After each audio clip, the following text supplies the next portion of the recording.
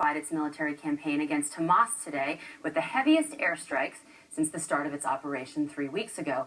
The air raids could stop, but Hamas has rejected a Palestinian call for a ceasefire.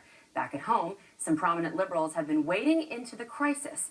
Listen to our former Secretary of State actually defend Hamas for hiding rockets in civilian areas like schools.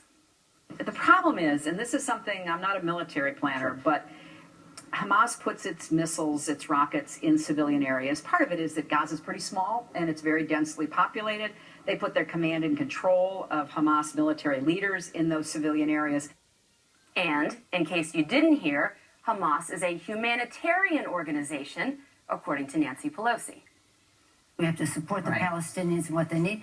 And we have to confer with the Qataris, who have told me over and over again that Hamas is a humanitarian organization. Maybe they could use their influence to The U.S. thinks they're a terrorist organization, though, correct to you?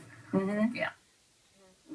A humanitarian organization, Eric? I mean, what humanitarian organization do you know that has missiles? I have no idea what either one of them talk about. What Gaza's too small, so they have to put their missiles in the schools, and it's a humanitarian. Here's the question: how do you negotiate with someone whose only mission is to wipe Israel off the map? You